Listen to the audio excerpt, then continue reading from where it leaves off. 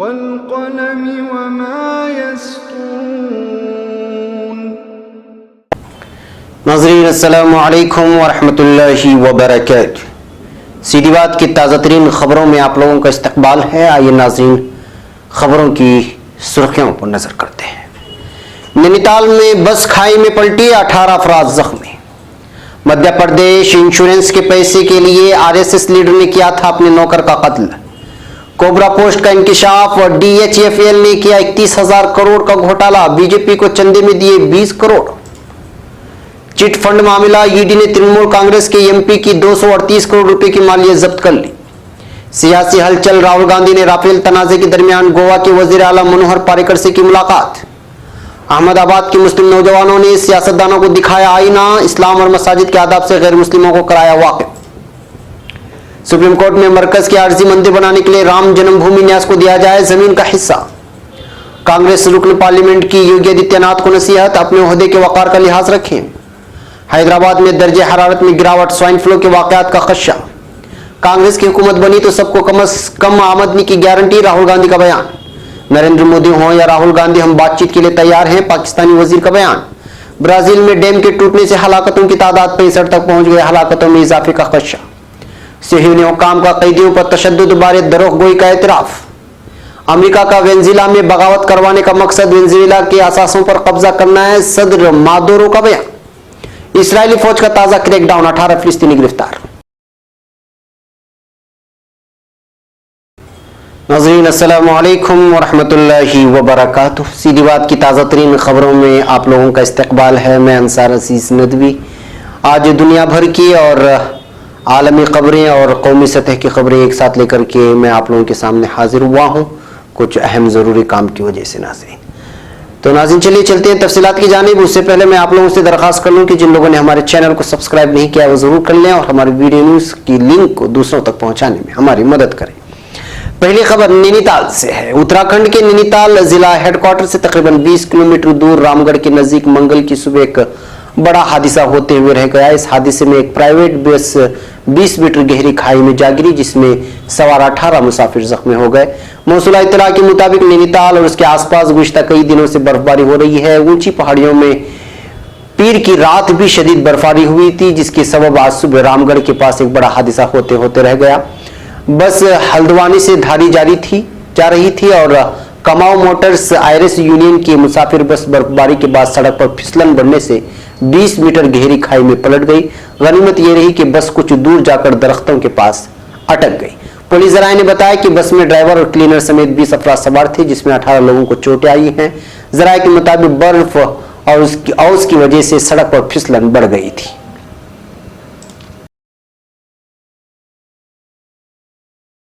अब खबर मध्य प्रदेश से। मध्य प्रदेश में रतलाम जिले में मुबैना आरएसएस लीडर के कत्ल के मामले में पुलिस ने हैरान करने वाला इंकिशाफ किया है।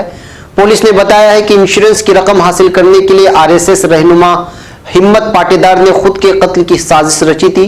पुलिस के मुताबिक हिम्मत पाटीदार ने अपने पुराने नौकर का कत्ल कर दिया और खुद को मुर्दा करार दे दिया था। इतना ही नहीं, हिम्मत पाटीदार ने शनाख्त छुपाने के मकसद से उसने नौकर की लाश का चेहरा मस्क करने के लिए उसको जला दिया ताकि उसकी पहचान न हो सके। लेकिन इस बात का इंकिशाफ DNA जांच में हो गया है। वाज़ेह हो कि 23 जनवरी को रतलाम जिले के कमेड़ गांव के एक खेत में एक लाश दरियाफ्त हुई थी। पुलिस सुपरिंटेंडेंट गौरव तिवारी ने बताया कि 23 जनवरी को महलूक हिम्मत पाटीदार के बाप ने ही पुलिस को इत्तला दी थी कि उसके बेटे का कत्ल कर दिया गया है और उसका चेहरा भी जला दिया गया है। इब्तिदाई तहकीकात में अहले-खाना ने मैयत की शनाख्त कपड़ों और लाशों से बरामद अशिया की बुनियाद पर की थी, लेकिन जब पुलिस की तफ्तीश आगे बढ़ी तो पता चला कि हिम्मत पाटीदार के खेत पर काम करने वाला मदन भी गायब है। पुलिस के मुताबिक हिम्मत पाटीदार के कत्ल का पूरा शक नौतर मदन पर गया, लेकिन जैसे जैसे तफ्तीश आगे बढ़ी तो कत्ल को लेकर कई इंकिशाफात हुए।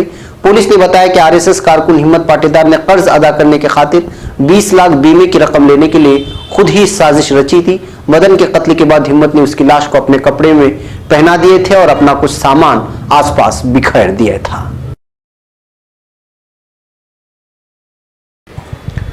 अब खबर नई दिल्ली से। कोबरा पोस्ट ने एक सनसनीखेज इंकिशाफ करते हुए दावा किया है कि हाउसिंग फाइनेंस के कामों से वाबस्ता गैर बैंकिंग कंपनी DHLF दीवान हाउसिंग फाइनेंस लिमिटेड ने आवाम के मजमूई तौर पर 31,000 रुपए का घोटाला किया है। कोबरा पोस्ट के मुताबिक घोटाला फर्जी कंपनियों को कर्ज और पेशगी अदायगी लोन एंड एडवांस के साथ दीगर तरीके अपनाकर किया गया। डीएचएलएफ ने न सिर्फ बड़े पैमाने पर घोटाला किया बल्कि मुल्क की बेशुमार दौलत बैरून मुल्क मुंतकिल भी कर दी है। कोबरा पोस्ट की जांच में कहा गया है कि डीएचएलएफ ने ऐलान किया है कि उसने बीजेपी को 20 करोड़ का चंदा दिया है, जबकि चंदा उससे कहीं ज्यादा का दिया गया है। दावे के मुताबिक माली साल 2014, 15 और 2016 और 17 में कंपनी ने बरसरे इख्तिदार बीजेपी को 19.5 करोड़ का चंदा दिया है। यह RKW developers limited, skill realtors private limited और दर्शन डेवलपर्स प्राइवेट लिमिटेड के जरिए दिया गया। ये तमाम कंपनियां वाधवान खानदान से वाबस्ता हैं। जांच में दावा किया गया है कि RKW ने अपने बैलेंस शीट में 2014-15 के दौरान किसी भी चंदे का जिक्र नहीं किया। इसी तरह स्किल रियलेटर्स ने भी 2014-15 में बीजेपी को 2 करोड़ रुपए दिए, लेकिन अपने बैलेंस शीट में इसका जिक्र नहीं किया। अब खबर नई दिल्ली से। ईडी यानी एनफोर्समेंट डायरेक्टोरेट ने सोमवार को मगरबी बंगाल की हुक्मरान पार्टी तृणमूल कांग्रेस टीएमसी के राज्यसभा मेंबर के डी सिंह की तकरीबन 238 करोड़ रुपए की जायदाद जब्त की है। जब्त की गई जायदाद में कफरी वाक़े एक रिजॉर्ट, चंडीगढ़ वाक़े शोरूम, पंचकुला और हरियाणा वाक़े जायदाद, HDFC और PNB बैंक अकाउंट शामिल है। खबर रसा एजेंसी PTI के मुताबिक केडी सिंह के खिलाफ कार्रवाई तकरीबन 1916 करोड़ रुपए की चिट फंड घोटाले से मुतालिक है। ईडी ने केडी सिंह और उनकी firm chemist infra reality limited के खिलाफ सितंबर 2016 में मुजरिमाना मामला दर्ज किया था। शेयर बाजार regulatory SEBI security and exchange board of India की चार्जशीट की बुनियाद पर PMLA यानी prevention of money laundering act के तहत यह मामला दर्ज किया गया था। अब खबर नई दिल्ली से। राफेल डील से मुतालिक एक ऑडियो टेप पर जारी तनाजे के दरमियान कांग्रेस सदर राहुल गांधी ने मंगल को गोवा के वजीर आला मनोहर पारिकर से मुलाकात की है। जराये का दावा है कि इस मुलाकात में राहुल गांधी ने राफेल डील का मौजू उठाया। वहीं गोवा कांग्रेस के लीडरों ने बताया कि राहुल गांधी निजी दौरे पर हैं और मनोहर पारिकर की सेहत से मुताल्लिक खैरियत दरियाफ्त करने पहुंचे थे।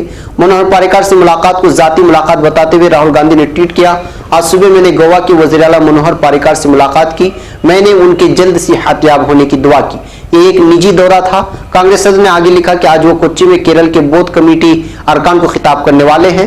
उन्होंने लिखा कि उनकी आवामी तकरीब का उनके सरकारी फेसबुक पेज से लाइव नश्र होगा। अब खबर अहमदाबाद से। मंदिर, मस्जिद और राम रहीम के आसपास में घूमने वाली हिंदुस्तान की सियासत और इसी तरह की सियासत करने वाले सियासतदान को आईना दिखाने का काम अहमदाबाद के मुस्लिम नौजवानों ने किया है। दरअसल इन मुस्लिम नौजवानों ने एक मस्जिद में गैर मुस्लिमों को बुलाकर इस्लाम की दावत नहीं बल्कि मसाजिद में क्या कुछ होता है उसके बारे में जानकारी देते हुए नजर आए। मुसलमानों की जानिब से दी गई दावत को अहमदाबाद के गैर मुस्लिमों ने कबूल करते हुए मस्जिद में पहुंचे और वजू करने से लेकर नमाज तक क्या कुछ होता है और नमाज क्यों अदा की जाती है उसके बारे में जानकारी हासिल करते हुए नजर आए। अहमदाबाद के रखियाल इलाके में मौजूद मस्जिद उमर बिन खत्ताब में गैर मुस्लिमों के लिए खुसूसी तौर पर आओ मस्जिद की मुलाकात लो के उन्वान पर एक प्रोग्राम का एहतिमाम किया गया, जिसमें बड़ी तादाद में गैर मुस्लिमों ने हिस्सा लिया।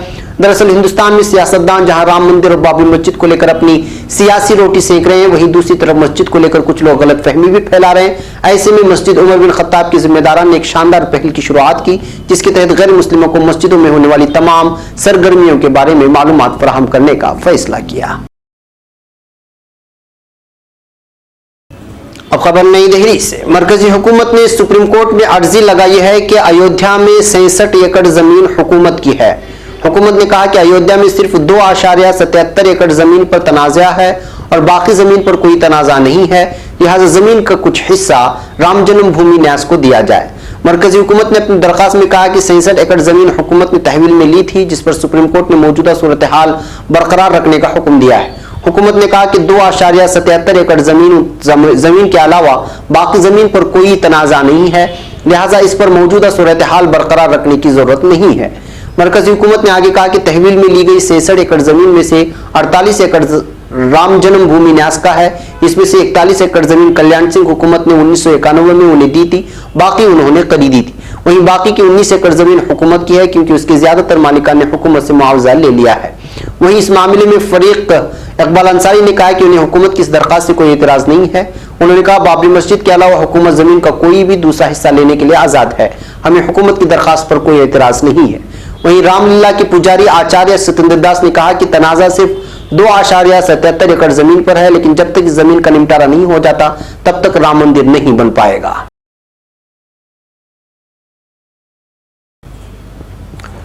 अब खबर नई दिल्ली से। लोकसभा इलेक्शन 2019 से कबल अयोध्या मौजू पर अब मरकज की मोदी हुकूमत भी सुप्रीम कोर्ट पहुंच गई है। सुप्रीम कोर्ट में मरकजी हुकूमत की इस अर्जी पर कांग्रेस के राज्यसभा रुकन पार्लियामेंट पीएल पुनिया का बड़ा बयान आया है। बाराबंकी में मंगल को पीएल पुनिया ने वजीर आला योगी आदित्यनाथ के 24 घंटे में मंदिर की तामीर वाले बयान पर जबरदस्त तनकीद की।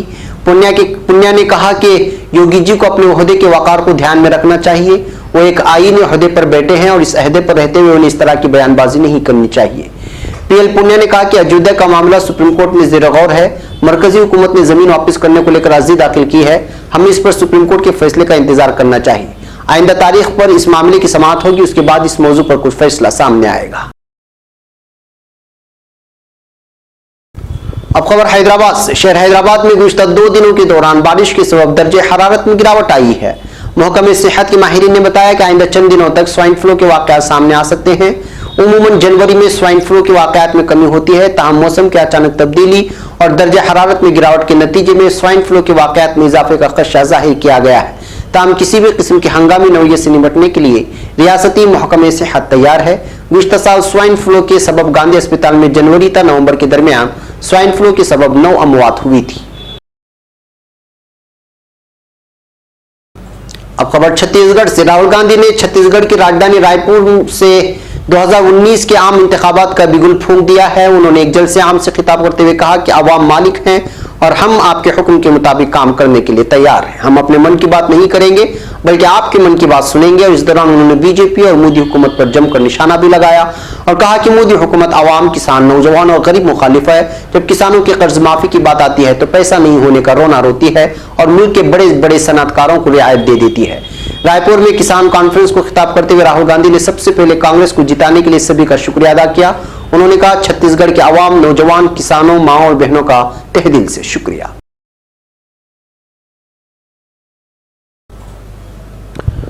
अब खबर नई दिल्ली से। पाकिस्तान हिंदुस्तान से आम इंतखाब 2019 के बाद फिर से बातचीत की कोशिश करेगा। पाकिस्तान के एक सीनियर वजीर फवाद चौधरी ने बात कही है। उन्होंने कहा है कि फिलहाल नई दिल्ली से बातचीत करने का कोई फायदा नहीं है क्योंकि मौजूदा हुकूमत से किसी मुस्बत जवाब की उम्मीद नहीं है। दुबई में गल्फ न्यूज से बात करते हुए चौधरी ने कहा कि हिंदुस्तान के साथ बातचीत का ऐसा ही वक्त नहीं है क्योंकि वहां रहनुमा आने वाले इंतखाब में मसरूफ हैं। चौधरी ने मजीद कहा कि जब तक वहां कोई इस्तेहकाम नहीं है तब तक बात करने का कोई फायदा नहीं। हम इंतखाबात के बाद नई हुकूमत के साथ बातचीत की कार्रवाई फिर से शुरू करने की कोशिश करेंगे। अब खबर ब्राजील से। ब्राजील में कानकनी के लिए इस्तेमाल होने वाले एक डैम के टूटने से हलाकतों की तादाद 65 तक पहुंच चुकी है, जबकि अभी तक 292 अफराद लापता हैं। रियासत के गवर्नर ने कहा है कि लापता अफराद के जिंदा बच जाने की बहुत कम उम्मीद है।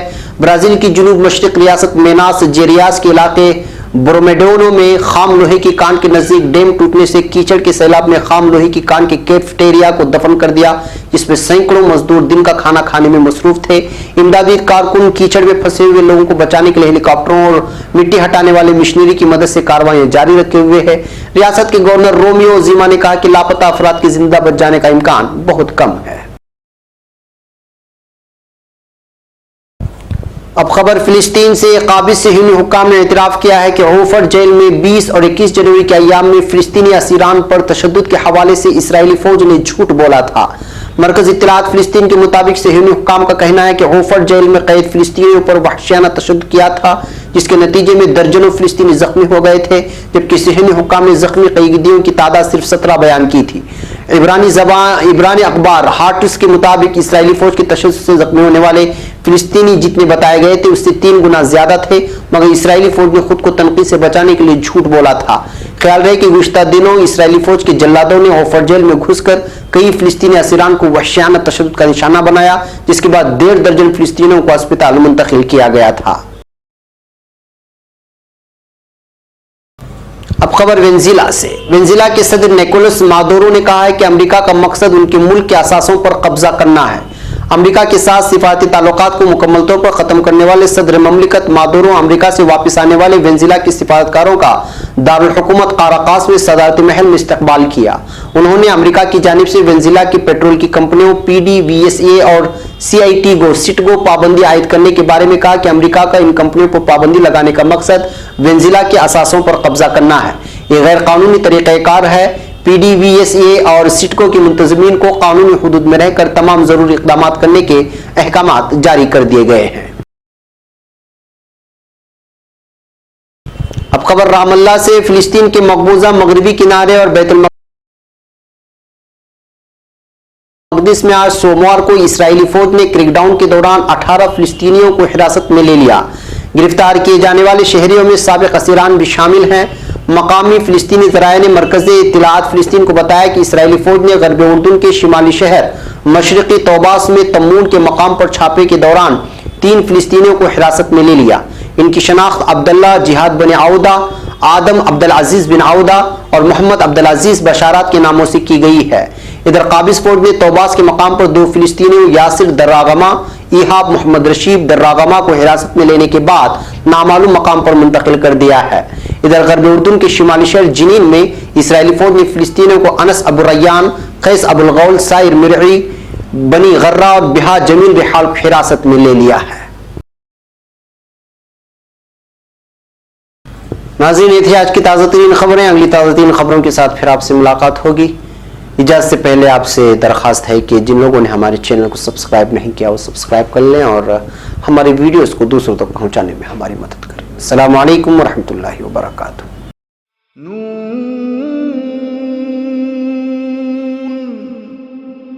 वल क़लम वमा